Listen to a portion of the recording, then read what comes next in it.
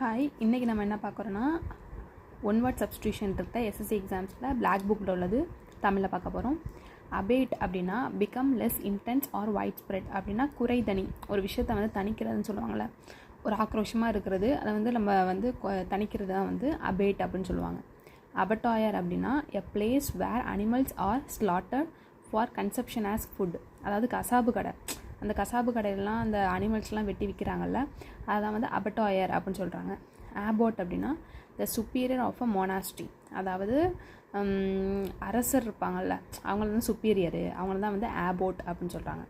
Abbreviation to reduce to a shorter form intended to stand for the whole, அதாவது ஒரு விஷயத்தை வந்து நம்ம பெருசாக இருக்கிறத நம்ம ரெடியூஸ் பண்ணி ஷார்ட்டாக அப்ரிவேட்டாக பண்ணுறது. அப்ரிவேஷன் நம்ம வந்து எக்ஸ்பேண்ட் பண்ணுறது கிடையாது, ஷார்ட் பண்ணுறது தான் வந்து அப்ரிவேஷன்.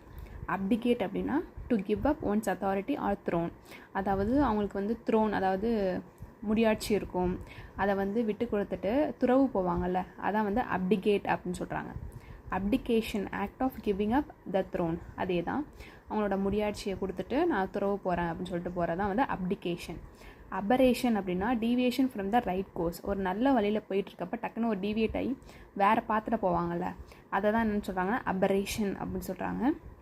அப்ளூஷன் அப்படின்னா இந்த act of washing oneself, அதாவது ரிலீஜியஸ் வாஷிங் சொல்லுவாங்கள்ல, அதாவது கிறிஸ்டின்ஸில் கூட என்ன பண்ணுவாங்கன்னா அந்த புனித நீராடல் மாதிரி ஒரு விஷயம் பண்ணுவாங்க, ரிலீஜியஸ் வாஷிங், அதான் வந்து அப்ளூஷன் அப்படின்னு சொல்லுவாங்க.